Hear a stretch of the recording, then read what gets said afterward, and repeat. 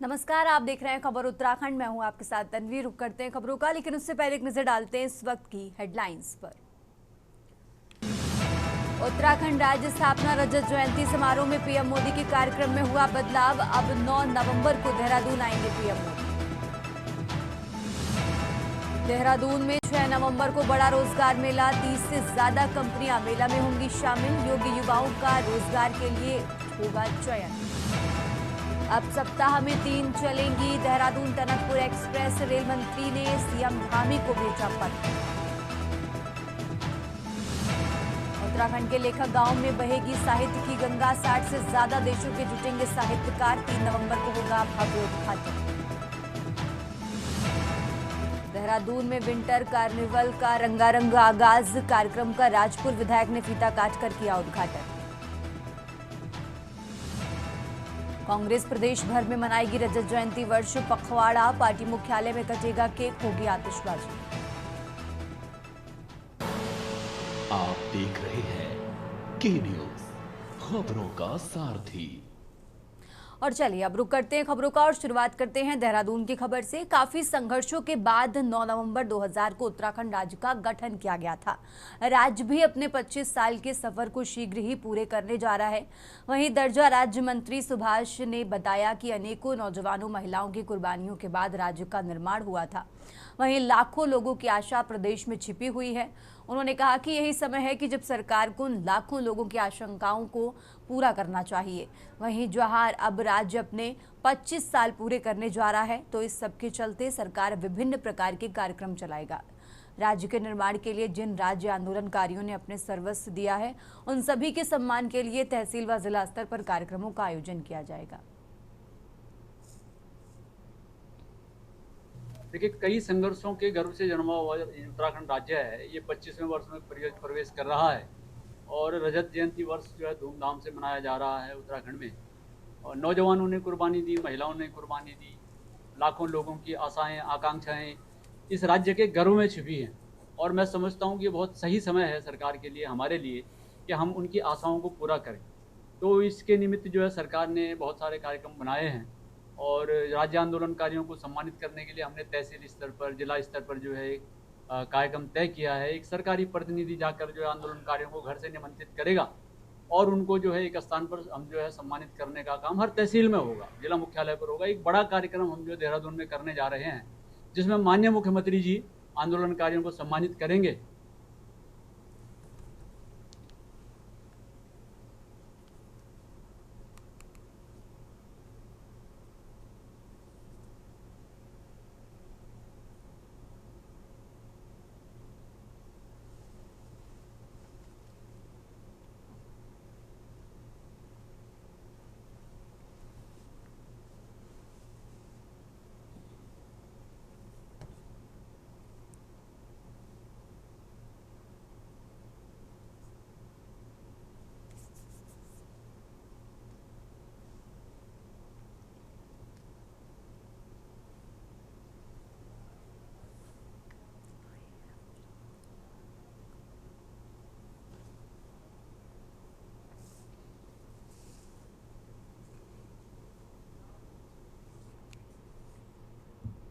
आगे बढ़ते खबरों में। उत्तराखंड में इन दिनों सियासी बयानबाजी का दौर चल रहा है। बीते कुछ महीनों से धामी सरकार पर हमलावर होने वालों की संख्या लगातार बढ़ रही है। और दिलचस्प बात यह है कि अब केवल विपक्षी नहीं, बल्कि सत्ता पक्ष यानी बीजेपी के कुछ बड़े नेता भी सरकार पर सवाल खड़े कर रहे हैं। तो राष्ट्रपति द्रौपदी मुर्मू सरदार वल्लभ भाई पटेल की 150वीं जयंती पर श्रद्धांजलि अर्पित करने पहुंची हैं। ये तस्वीरें आपको दिखा रहे हैं।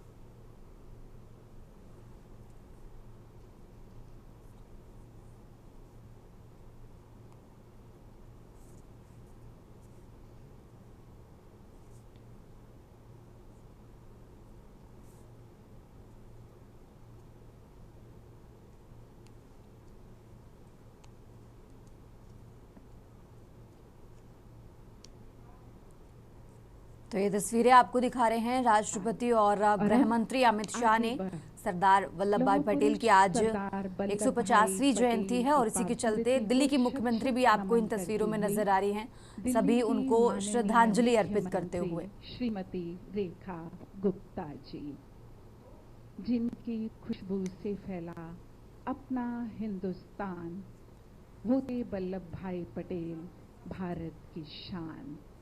और उनसे पूर्व अपने श्रद्धा सुमन अर्पित करते हुए माननीय राज्यपाल महोदय श्री विनय कुमार सक्सेना जी, हमसे ये कर्तव्य। तो इन तस्वीरों में आपको दिल्ली की मुख्यमंत्री, दिल्ली के राज्यपाल और राष्ट्रपति द्रौपदी मुर्मू और इसी के साथ गृह मंत्री अमित शाह भी नजर आ रहे हैं। सभी ने आज सरदार वल्लभ भाई पटेल की 150वीं जयंती पर उन्हें श्रद्धांजलि अर्पित की है। और भारत भूमि की एकता, अखंडता और कल्याण हेतु अपने हर कदम को आगे की तरफ बढ़ाएं। एकता के जिस दृढ़ सूत्र को बांधने का कार्य स्वयं लौह पुरुष सरदार वल्लभ भाई पटेल ने किया, जिनकी सोच स्वयं राष्ट्र सेवा में इंगित, आज उनके जन्म दिवस पर हम सब नतमस्तक हो उन्हें नमन करते हैं। सुंदर समय सभी के लिए और नमन करने का उत्सव हम सभी के लिए। यह भारत अखंड रहे, एकता के स्वरूप में रहे और यह भारत हम सबके कर्तव्य। तो चलिए आगे बढ़ते हैं खबरों में और अब बात कर रहे हैं उत्तराखंड की। उत्तराखंड में इन दिनों सियासी बयानबाजी का दौर चल रहा है। बीते कुछ महीनों से धामी सरकार पर हमलावर होने वालों की संख्या लगातार बढ़ रही है। दिलचस्प बात यह है कि अब केवल विपक्ष ही नहीं बल्कि सत्ता पक्ष यानी बीजेपी के कुछ बड़े नेता भी सरकार पर सवाल खड़े कर रहे हैं, जिसको लेकर मुख्यमंत्री पुष्कर सिंह धामी ने हाल ही में कहा कि उत्तराखंड के उज्जवल भविष्य के निर्माण की दिशा में आगे बढ़ रहे हैं। हमने कई कठोर फैसले लिए हैं। विपक्ष कहता है कि हम ज्यादा कठोर हो रहे हैं। मुख्यमंत्री धामी ने कहा कि हाँ, मैं कहता हूं कि हम कठोर हैं, राष्ट्र विरोधियों के लिए कठोर हैं, जनता का हक छीनने वालों के लिए कठोर हैं, युवाओं को अंधकार में धकेलने वालों के लिए कठोर हैं, उत्तराखंड की जनता को गुमराह करने वालों के लिए कठोर हैं। ये बातें सीएम धामी ने कही हैं और साथ ही उनका ये बयान अब सिर्फ एक राजनीतिक प्रतिक्रिया नहीं बल्कि बीते कुछ सालों में किए गए उन फैसलों की झलक है जिन्होंने उत्तराखंड की राजनीति और प्रशासनिक दिशा को बदल कर रख दिया है। ये रिपोर्ट देखिए। आपको बता दें कि हाल ही में हुई यूके SSSC की परीक्षा में नकल की घटना को लेकर प्रदेश में बवाल मचा था। प्रशासन ने इसे पेपर लीक की बजाय नकल की घटना बताया, लेकिन जनता के गुस्से को देखते हुए मुख्यमंत्री खुद धरना स्थल पर पहुंचकर धरना समाप्त कराया और मामले की सीबीआई जांच की अनुशंसा कर दी। साल 2024 में उत्तराखंड देश का पहला राज्य बना जहां यूनिफॉर्म सिविल कोड यानी यूसीसी लागू किया गया। विवाह, तलाक और संपत्ति जैसे मामलों में समान कानून लागू हुआ। इसके साथ ही सख्त एंटी कन्वर्जन कानून लाया गया। अवैध मदरसों और मजारों पर बुलडोजर चला। 6000 एकड़ जमीन मुक्त कराई गई। मुख्यमंत्री के लव जिहाद, लैंड जिहाद, थूक जिहाद जैसे बयानों ने अल्पसंख्यकों में सुरक्षा की भावना को जन्म दिया। देहरादून के 28 गाँव में हिंदू आबादी घटने पर डेमोग्राफिक चिंता जताई गई। साल 2024 से 25 में हरिद्वार में 54 करोड़ रुपए का भूमि घोटाला सामने आया। जिलाधिकारी समेत 3 अधिकारियों को सस्पेंड किया गया। बाहरी लोगों के द्वारा कृषि, बागवानी, भूमि खरीद पर अस्थायी रोक लगाई गई, जिसे यूसीसी से जोड़ा गया। विपक्ष ने इसे निवेश के लिए बाधा बताया। जुलाई 2025 में शुरू हुए ऑपरेशन कालनेमी का उद्देश्य धार्मिक वेशभूषा में ठगी करने वाले फर्जी बाबाओं, ठगों और संदिग्धों पर कार्रवाई करना था, जिसमें 2448 संदिग्धों की पहचान हुई, जिसमें 377 विशेष रूप से संदिग्ध थे। 1250 से अधिक पूछताछ और 300 से अधिक गिरफ्तारियां हुई, जिसमें बांग्लादेशी नागरिक शामिल थे।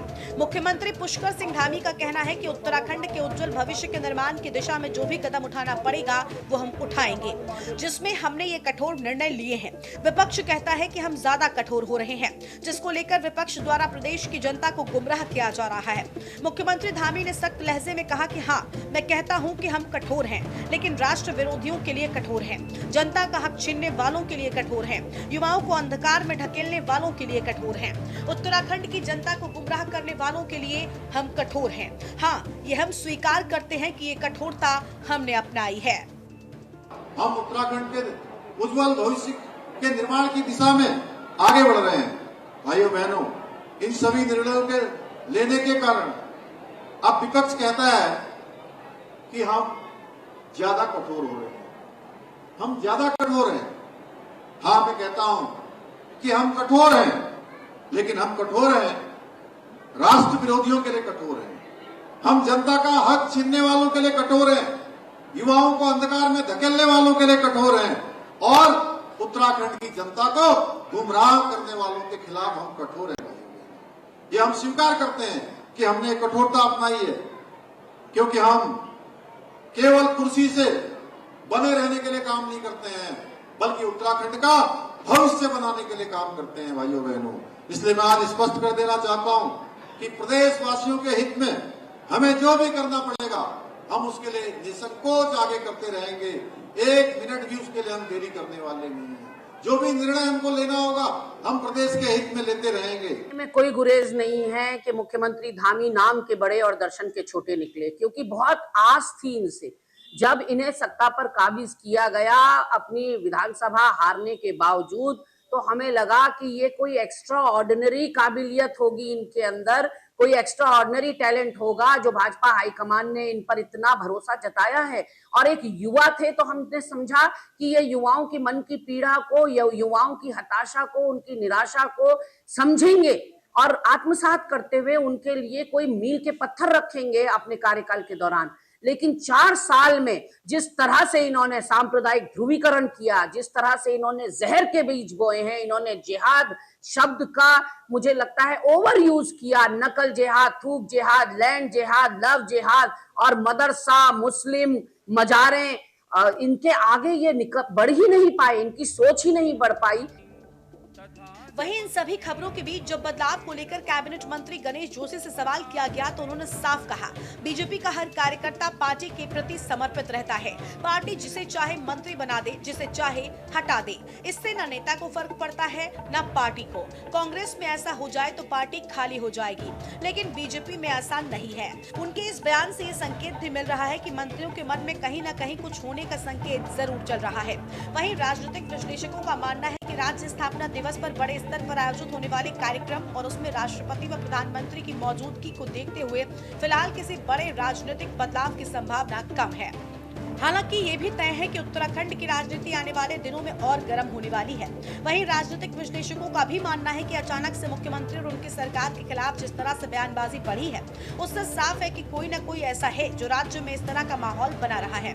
सत्ता पक्ष के नेता भी कई बार विभागों पर सवाल उठाकर सरकार को असहज स्थिति में डाल देते हैं। उनका मानना है कि सांसद त्रिवेंद्र सिंह रावत के खनन और अन्य मुद्दों पर भी कई बार अपनी ही सरकार को जवाब देने पर मजबूर कर चुके हैं।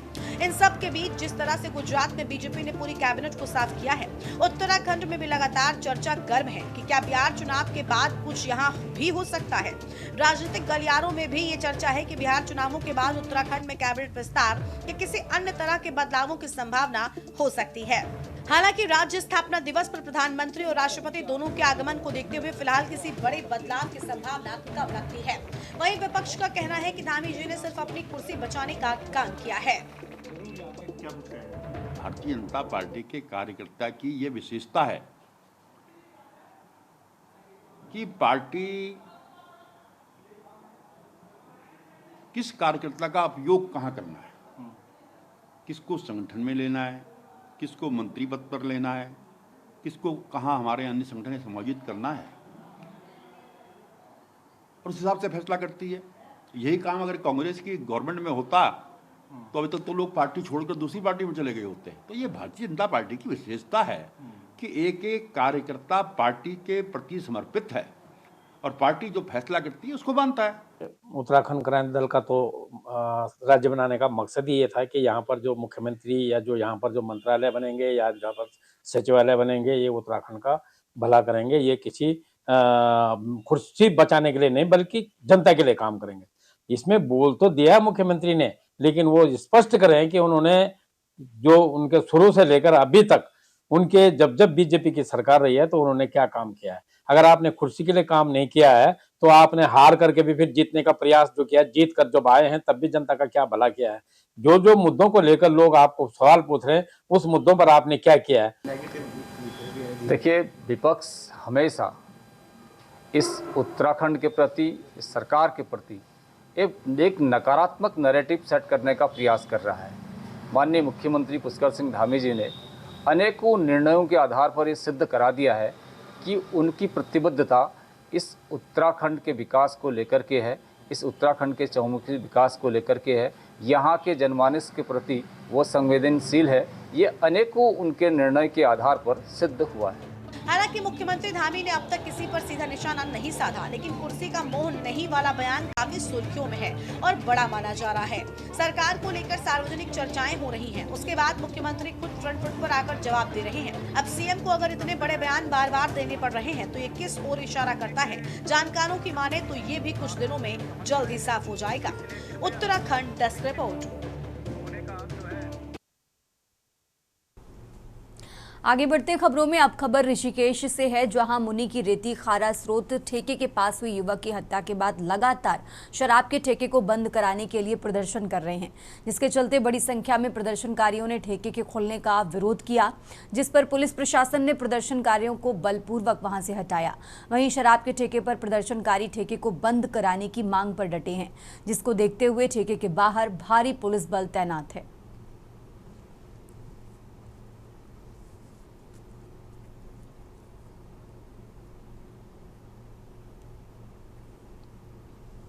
रुक करते हैं अगली खबर का। हल्द्वानी के कटघरिया क्षेत्र में चौराहे से काठ गोदाम तक जाने वाली सड़क की हालत इतनी खराब हो चुकी है कि वाहन चलाना तो दूर, ग्रामीणों का पैदल चलना भी मुश्किल हो गया है। जगह जगह बने गड्ढों और लगातार उड़ती धूल से सड़क किनारे रहने वाले लोगों को, दुकानदारों को भारी परेशानी उठानी पड़ रही है। इसके बाद ग्रामीणों ने आंदोलन शुरू कर दिया। कटघरिया क्षेत्र के स्थानीय लोगों को चौराहे पर धरना प्रदर्शन करते हुए सरकार और जनप्रतिनिधियों पर गंभीर आरोप लगाते हुए कहा कि उनके क्षेत्र की सड़क पिछले कई सालों से क्षतिग्रस्त है। सड़क की हालत इतनी खराब हो गई है कि स्कूटी और बाइक सवार गिरकर चोटिल हो रहे हैं। धूल के चलते सड़क पर चलना मुश्किल हो गया है और इस सड़क से बड़ी संख्या में पर्यटक भी नैनीताल को जाते हैं। धूल के कारण लोगों को सांस लेने में परेशानी हो रही है। दुकानदारों का दुकान के सामान खराब हो रहे हैं और कई लोग बीमार पड़ चुके हैं। कटघरिया से रोड का चौड़ीकरण और डामरीकरण टेंडर हो चुका है। टेंडर हो चुका है। इसकी ये स्वीकृत है। 2 करोड़ 11 लाख की ये स्वीकृत प्राप्त है। इसमें टेंडर हो चुका है। 1 महीने के अंदर ये शुरू हो जाएगा, काम शुरू हो जाएगा। 1 महीने काफी टाइम से हमारी खराब हो रखी है, तो सबसे जो मेन समस्या हो रही है वो एक्सीडेंट की हो रही है। एक्सीडेंट बहुत हो जा रहे हैं, गिर जा रहे हैं लोग और धूल से बहुत परेशान है जनता। तो ये रोड बहुत जल्दी, जितनी जल्दी हो सके ठीक होनी चाहिए। राधा सोयाल क्षेत्र पंचायत। मेरी एक छोटी सी दुकान है इलेक्ट्रिकल की, जिससे धूल का काफी भयंकर सामना करना पड़ा, जिससे बीमारी की आशंका है। और मेरा यहाँ पर माल रखा हुआ है दुकान में, वो सब खराब हो गया है ना। तो इसलिए अब मैं कहता हूँ कि सरकार से कि इस रोड का जल्दी से जल्दी निदान करें और इस रोड की समस्या को और धूल की समस्याओं को दूर करें। देखिए, मामला सड़क संबंधित है, मामला है धूल संबंधित, मामला है व्यापार संबंधित। यहाँ पर जो सड़क है पनियाली से कटरा के मुख्य मार्ग, जिसमें टूरिस्ट भी यहाँ पर लगातार रोज जाता है। और जब जनता पूरी तरह बदहाल हो गई, त्रस्त हो गई, तब जनता के लोग, यहाँ गाँव के युवाओं ने एक बेड़ा उठाया कि आज थोड़ा धरना किया जाए और प्रशासन की आंखें की नींद खोली जाए। आगे बढ़ते हैं खबरों में। उत्तराखंड हाईकोर्ट ने रामनगर के बहुचर्चित ड्राइवर नासिर की पिटाई और भाजपा नेता मदन जोशी द्वारा कथित रूप से दंगा भड़काने के मामले में महत्वपूर्ण आदेश जारी किया है। हाईकोर्ट ने जांच अधिकारी को सोशल मीडिया से तत्काल भड़काऊ पोस्ट हटाने और 1 सप्ताह के भीतर मामले की निष्पक्ष जांच रिपोर्ट कोर्ट में पेश करने का निर्देश दिया है। ये आदेश नासिर की पत्नी नूरजहां की तरफ से दायर याचिका पर सुनवाई करते हुए दिया गया, जिसमें उन्होंने अपने पति की पिटाई के दोषियों पर कार्रवाई और परिवार को सुरक्षा प्रदान करने की मांग की है। याचिकाकर्ता नूरजहां ने आरोप लगाया कि 23 सितंबर को उनके पति नासिर को कालाढूंगी छो इलाके में उस समय पीटा गया जब वो बरेली से रामनगर पिकअप में भैंस का मांस लेकर जा रहे थे। उन पर गौमांस से ले जाने का झूठा आरोप लगाया गया। उन्होंने ये भी कहा कि स्थानीय नेता मदन जोशी लगातार भड़काऊ फेसबुक पोस्ट और लाइव के माध्यम से धार्मिक भावनाएं भड़का रहे थे, जिससे उनके परिवार को जान का खतरा था। हमने कोर्ट को बताया कि इसमें जो एक मेन अक्यूज्ड है, जो रिस्पोंडेंट 8 हमारी रिट पिटिशन में है, जिसका नाम है मदन जोशी, वो एक लोकल पॉलिटिशियन है और उनने ही ये सारी चीज़ें इंसाइट करी है पब्लिक को और उनके प्रेशर में आके, और उन्हें सोशल मीडिया में भी तरह तरह की चीज़ें डाली हुई हैं, जिसकी वजह से पूरा घटनाक्रम जो है सामने आया है। हालांकि हमने कोर्ट को जब ये बताया तो कोर्ट ने अपने ऑर्डर में ऑब्जर्वेशन दी है कि पॉलिटिकल कनेक्शन के दबाव में कोई भी चीज़ ना हो। और अब खबर नैनीताल से है, जहां उत्तराखंड राज्य गठन के 25 साल पूरे होने के अवसर पर राज्य स्थापना दिवस रजत जयंती के रूप में मनाया जा रहा है। रजत जयंती के अवसर पर प्रदेश भर में विभिन्न कार्यक्रमों के साथ ही खेल प्रतियोगिता का भव्य आयोजन किया जा रहा है। इसी कड़ी के तहत जिला प्रशासन नैनीताल के मार्गदर्शन में जिला खेल कार्यालय हल्द्वानी नैनीताल एवं उत्तराखंड बॉक्सिंग एसोसिएशन के समन्वय से नैनीताल के डीएसए मैदान में राष्ट्रीय एलीट महिला बॉक्सिंग चैंपियनशिप का आयोजन किया गया, जिसमें देश भर की आई 12 टीमों की 80 महिला बॉक्सर हिस्सा लेंगी। जिलाधिकारी ललित मोहन रयाल ने दीप प्रज्वलित कर राष्ट्रीय एलीट महिला बॉक्सिंग का शुभारंभ करते हुए कहा कि बच्चों में खेलों के प्रति रुझान पैदा करने के मकसद से इस खेल को मैदान में अन्य खेल गतिविधियों को बढ़ावा दिया जाएगा।